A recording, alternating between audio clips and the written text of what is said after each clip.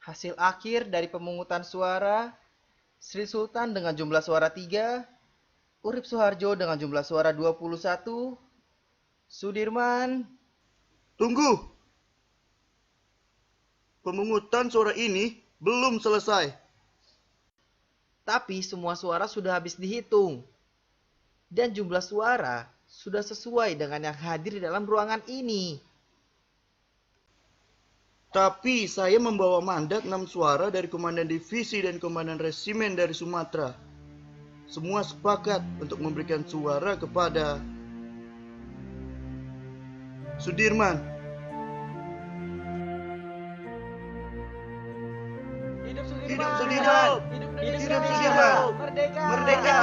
Merdeka! Merdeka! Merdeka! Merdeka!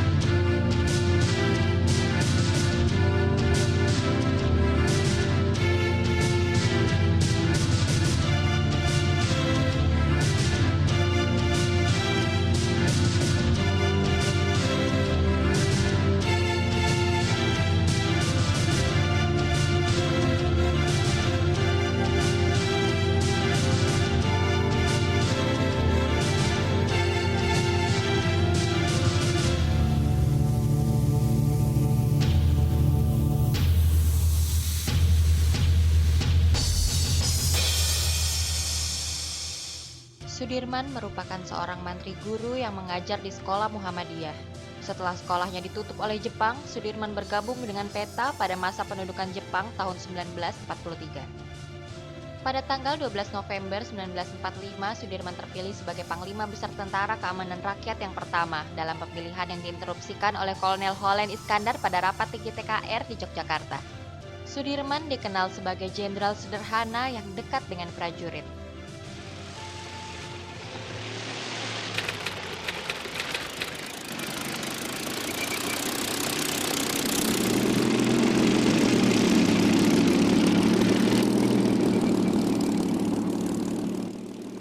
Kalian kepilih untuk aksi penentuan. Rencananya kalian akan diterjunkan ke Maguwo sebelum fajar. Dan targetnya adalah merebut Jogja dari tangan ekstremis serta menangkap Soekarno bersama pengikutnya. Operasi ini dirancang bukan untuk menang, melainkan menang dengan cepat. Apakah waktu 3 bulan cukup untuk membersihkan Yogyakarta dan sekitarnya dari gangguan ekstremis? Aku harap jauh lebih singkat. Bahkan, jika seluruh kekuatan tempur ekstremis digabungkan, tetap tidak akan mampu menyamai kekuatan kita.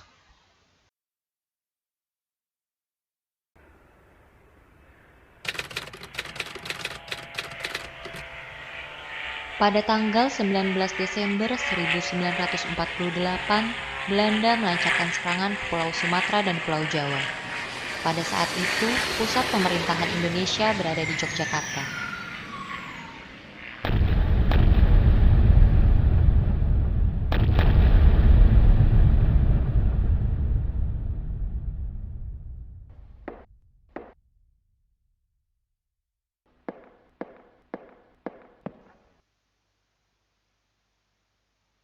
Lapor, Jenderal. Belanda telah menyerang Yogyakarta melalui udara dan darat. Kabarnya, lapangan udara Maguwo juga diserang. Atau mungkin sekarang sudah dikuasai oleh Belanda. Jika seperti itu, pergilah segera menuju Gedung Agung untuk mendapatkan instruksi dari Presiden. Dan aku akan segera menyusul.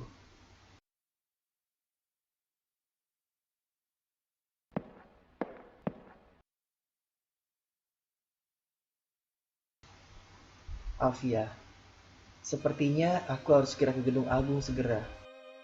Aku merasakan ada hal yang tidak beres di istana.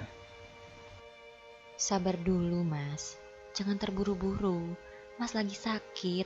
Sebaiknya Mas beristirahat dulu. Aku merasakan ada hal yang tidak beres di Gedung Agung. Jadi aku harus segera di sana.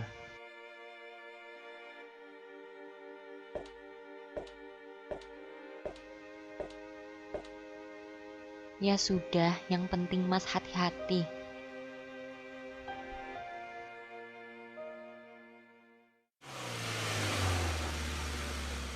Perjalanan dari Kaliurang tertahan oleh serangan udara Belanda yang dengan tidak tahu malu menyerang Yogyakarta dan membatalkan perjanjian gencatan senjata.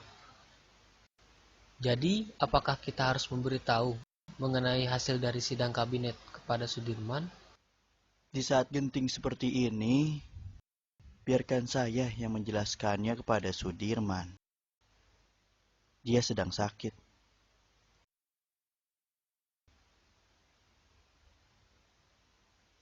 Tidak ada apa-apa. Sekarang sebaiknya Dimas bersembunyi di dalam kota dan berobat hingga sembuh. Tidak bisa. Saya harus bertindak. Bagaimana Bapak Presiden? Saya menunggu perintah. Hasil sidang kabinet telah sepakat. Dalam keadaan darurat akan menyerahkan kekuasaan kepada Mr. Syarifuddin, prawira negara di Sumatera, dan juga pejabat kita di India jika Sumatera juga jatuh. Dirman, kamu di sini saja. Kamu sedang sakit. Tidak. Tidak bisa. Saya ini kan tentara. Dan saya mohon dengan sangat agar Bapak Presiden ikut bergerilya bersama kami sesuai dengan rencana. Saya dan Hatta akan tetap di sini. Jika Bapak tetap di sini, mungkin Bapak akan dibunuh oleh Belanda. Jika saya bergerilya, maka Belanda mungkin akan menembakku. Dalam dua kemungkinan, saya akan menghadapi kematian. Tapi jangan khawatir. Demi Indonesia, Soekarno tidak takut mati. Baik, kita akan tetap melawan. Dan saya akan memimpin gerilya dari hutan. Apakah ada instruksi terakhir sebelum saya berangkat? Dirman, berjuanglah sampai mati. Jadikan ini perang gerilya semesta. Indonesia tidak akan pernah menyerah sampai kapanpun. Sudirman kecewa dengan keputusan pemimpin yang lebih memilih ditangkap daripada bergerilya. Sudirman kembali ke rumah untuk mempersiapkan perang dan berpamitan. Kemudian ia menulis surat untuk disiarkan melalui RRI Yogyakarta. Aku harus menulis surat.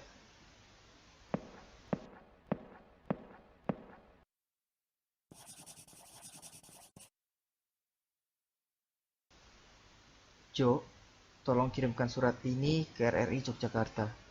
Surat ini terkait dengan perintah kilat. Siap, Jenderal. Bu, Iya, Mas. selama saya berperang, Sri Sultan mengizinkan ibu untuk mengungsi ke keraton. Sabar dulu, Mas. Mas sedang sakit. Yang sakit itu Sudirman, Bu. Jenderal besar tidak pernah sakit. Segera kembali, Mas. Perhatikan kesehatanmu. Hanum, Mbak. ikutlah berperang. Bantu Dr. Suwondo untuk menjaga Masmu. Ini koper Masmu. Tolong dibawa. Dengan berat hati, Alfiah melepas Sudirman untuk berperang.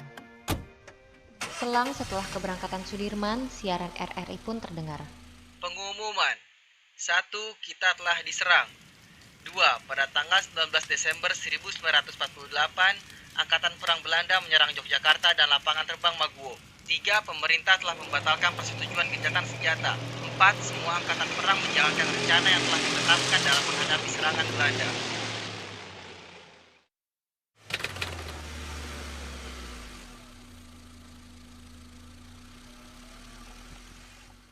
Kelihatannya kita tidak dapat melanjutkan perjalanan menggunakan kendaraan. Kita harus membuat rakit untuk menyeberang sungai dan melanjutkan perjalanan. Segera hancurkan rakitnya setelah digunakan, karena Belanda punya banyak mata-mata. Kalian berdua kembalilah ke Kadipaten. Dan mintalah bekal perjuangan kepada Yu Alfi. Bekal apa, Pak De?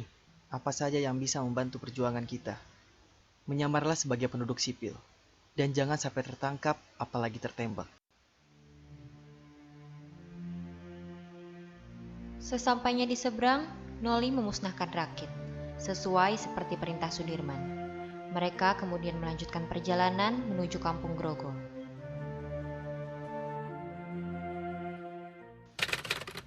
Akhirnya, saya bisa melihat Pak Dirman. Maaf, kami terlambat mendapat kabar kalau Pak Dirman akan kemari. Seharusnya kami melakukan persiapan lebih layak. Ini juga sudah memadai. Semoga Pak Dirman dan rombongan nyaman di Grogol. Sudirman bermalam di kampung Grogol untuk memulihkan kesehatannya.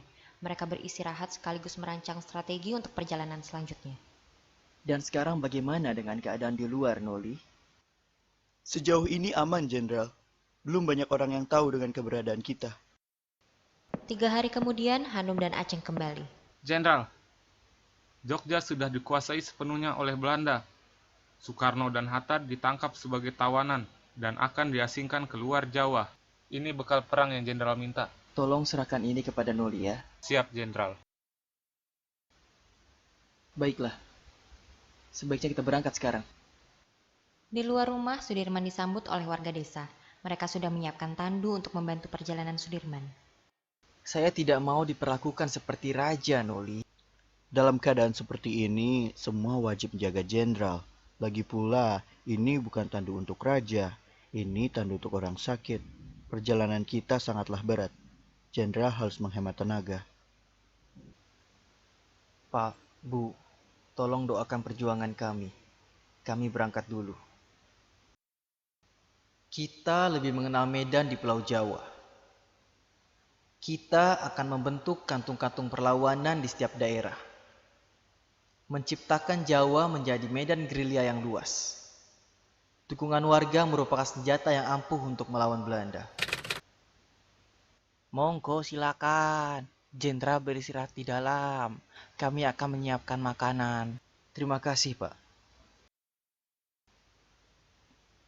Ini makanan untuk Jenderal. Apa yang dimakan oleh prajurit? Tidak ada bedanya dengan Jenderal. Aku akan melihatnya.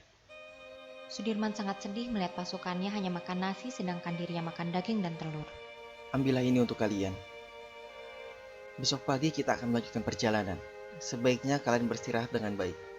Karena sepertinya perjalanan kita akan semakin berat. Sekarang kita berangkat ke Wonogiri. Kita tidak boleh lagi berunding dengan Belanda. Sudah beberapa kali terbukti sebuah perundingan selalu berakhir dengan pelanggaran. Sehari kemudian, hujan bom terjadi untuk mencari Sudirman. Pasukan! Sembunyi!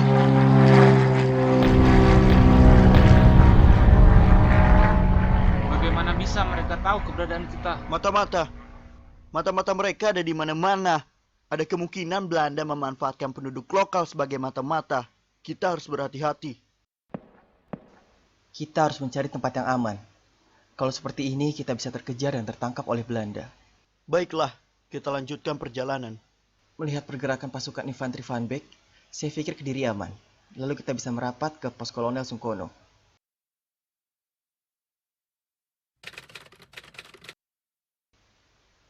Pak apakah boleh kami menginap di sini? Silahkan, Pak. Silahkan bermalam di sini jika itu sangat membantu. Ada Belanda! Sepertinya warga telah melihat pasukan Belanda, Jenderal. Perhitungan kita salah. Ternyata Belanda sudah sangat dekat. Baiklah, kita berangkat sekarang.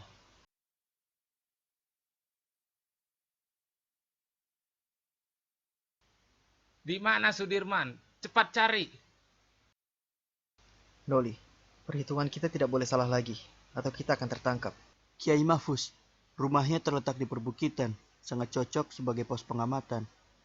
Akhirnya Sudirman dan pasukannya singgah di kediaman Kiai Mahfuz untuk bermalam dan memohon doa kepada Kiai. Kita harus melanjutkan perjalanan ke Trenggalek. Sebaiknya kita melalui rute Bondorejo. Jalur itu aman dari Belanda. Turunkan senjata kalian. Kalian sudah kami kepung. Wilayah ini telah kami kuasai. Batalion 102. Siapa kalian? Kami hanya tentara Kiblik yang menuju Kediri. Saya hanya menjalankan tugas, membawa tawanan penting. Jangan bohong. Pasukan periksa. Jenderal? Jenderal! Maafkan saya, Jenderal. Saya tidak tahu kalau Bapak adalah Jenderal Sudirman. Tidak perlu minta maaf. Justru kalian membuktikan, dalam keadaan genting seperti ini, kalian tetap waspada. Siap, Jenderal. Saya ingin melanjutkan perjalanan menuju pos Kolonel Sungkono. Izinkan kami untuk mengawal Jenderal sampai pos Kolonel Sungkono.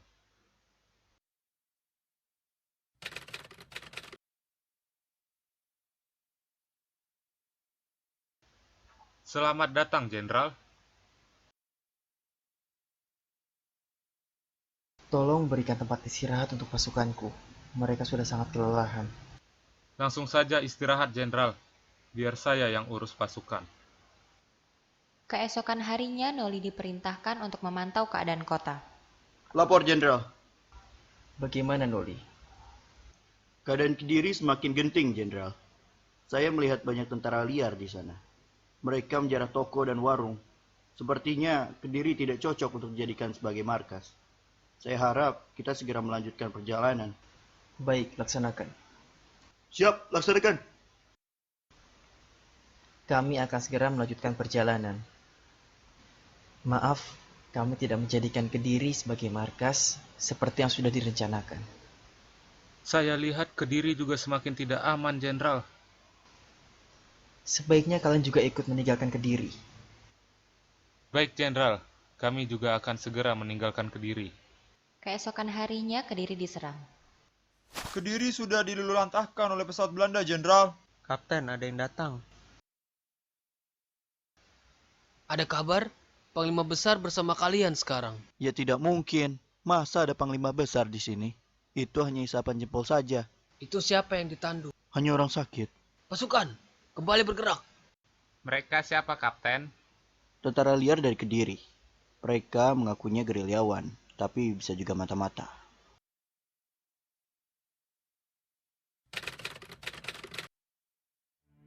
Merdeka!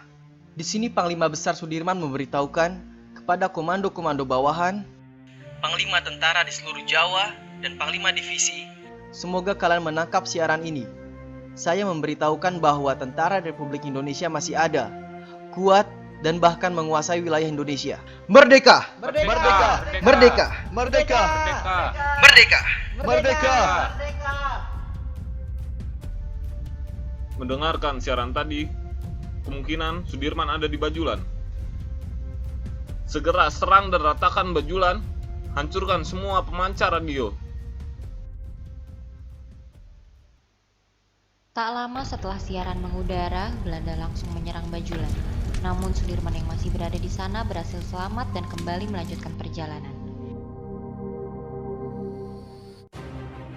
Kita tunggu sampai gelap. Kapten, di sana ada penampungan bahan bakar. Kita bisa meledakkannya. Baik, tunggu sampai keadaan aman.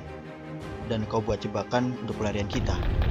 Melihat kekuatan dan persenjataan musuh yang lebih kuat, perang gerilya dengan masuk ke hutan bukanlah lari atau takut dari musuh, tetapi kita berperang dengan cara melakukan serangan, lalu berlari dengan penuh perhitungan, memanfaatkan persenjataan seadanya untuk menguras tenaga musuh. Dengan amunisi yang serba terbatas, tentu tidak gegabah untuk melawan. Kita memang harus cepat bergerak.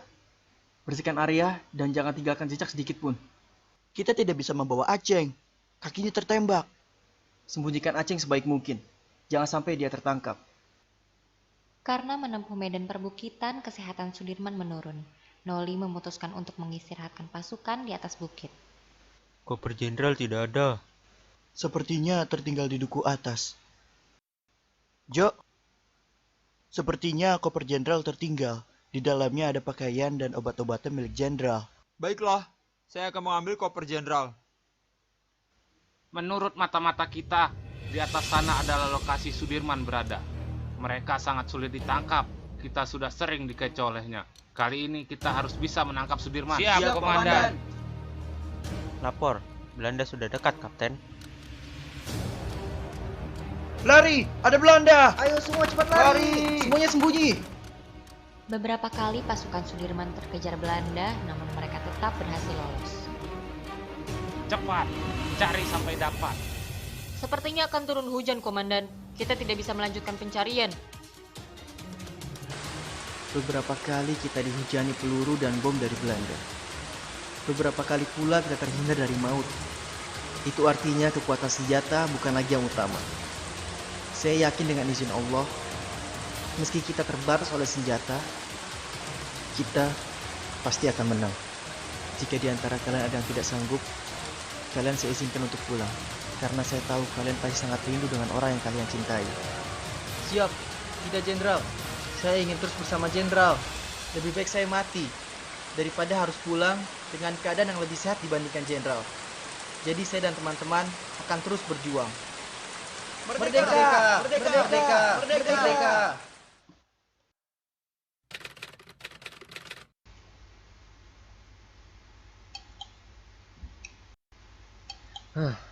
Tak adil rasanya kita bisa makan enak di sini dan minum enak di sini, sedangkan Sudirman di hutan sana. Saya telah ingkar janji dalam pidato saya di depan Dirman.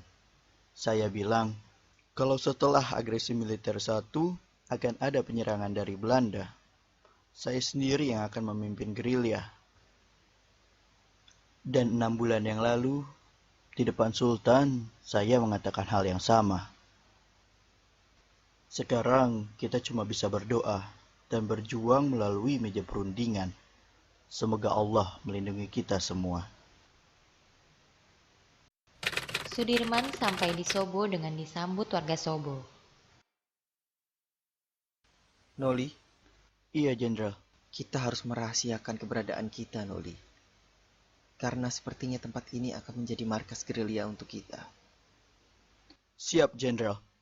Dilihat dari letaknya, Sobo ini bagaikan lipatan bumi. Banyak sekali lembah dan juga jurang. Bahkan, pegunungan yang menjulang menghalangi pesawat-pesawat Belanda. Saya yakin Belanda sangat sulit menjangkau daerah ini. Dan fasilitas di sini, seperti radio dan pemancar, juga dapat digunakan.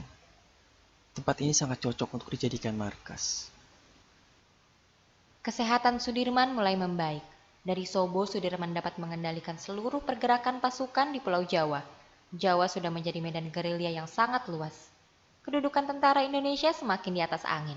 Bahkan Sudirman dapat mengomandoi serangan umum di Jogja dari dalam hutan. Noli, tolong coba kamu menyusup ke Yogyakarta bersama Hanum. Dan pantau keadaannya seperti apa. Dan tolong berikan surat ini kepada Sri Sultan, karena surat ini terkait dengan serangan umum, Noli. Siap, laksanakan, Jenderal. Karena perundingan yang begitu alot, Muhammad Hatta sengaja didatangkan dari pengasingannya, dari Bangka ke Jakarta, untuk melakukan perundingan lanjutan. Mewakili Indonesia yaitu Mr. Rom, dan dari pihak Hindia Belanda yaitu Tuan Van Rooyen, dan ini adalah isi perundingan Rom Rooyen. Pertama, pemerintah Indonesia akan mengeluarkan perintah penghentian perang gerilya. Kedua, yaitu kedua pihak bekerja sama dalam mengembalikan perdamaian dan menjaga keamanan serta ketertiban. Demikianlah isi surat Perdamaian perundingan apa? Rom Rooyen. Berita selanjutnya Justru Belanda yang membuat negara kita ini menjadi medan perang. Sementara kita hanya berjuang, membuktikan bahwa Angkatan Perang Republik Indonesia masih ada dan kuat. Dengan konyolnya, pemerintah malah berunding. Dengan berunding sama saja mereka mengakui bahwa tentara nasional hanya segerombol tentara yang memegang senjata belaka. Kita ini tentara, kita punya martabat, dan kita tidak akan diam sampai kapanpun. Malam harinya Soeharto datang menjemput Sudirman. Kami diutus Bung Karno untuk menjemput Panglima. Siapa yang hendak memanggil saya? Orang yang telah ditawan oleh Belanda? Pemerintahan sudah kembali ke Jogja. Keadaan sudah mulai normal, Pak. Saya menolak untuk gencatan senjata. Kita perang bergerilya, bukan perang terbuka. Bagaimana bisa gencatan senjata? Sudah jelas kita akan tetap berperang. Kita lebih baik secara politik dan militer. Jadi kita tidak akan ada alasan untuk berhenti berperang. Sri Sultan meminta saya untuk pulang ke Yogyakarta. Banyak sekali pihak yang menghendaki kepulangan saya. Sungguh berat keputusan yang harus diambil. Kembali ke Jogja artinya menghentikan perang gerilya. Saya tidak mengubris mereka, kecuali surat Sri Sultan yang saya cermati.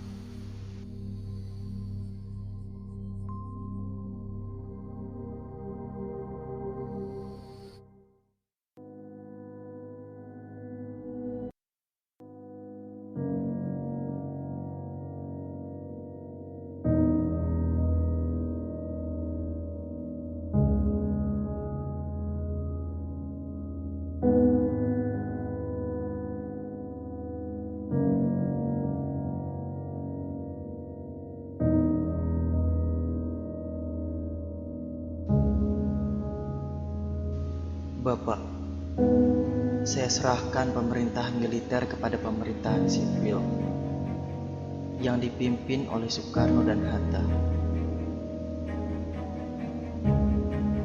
Izinkan saya untuk melanjutkan tugas sebagai tentara dan berkumpul lagi dengan keluarga.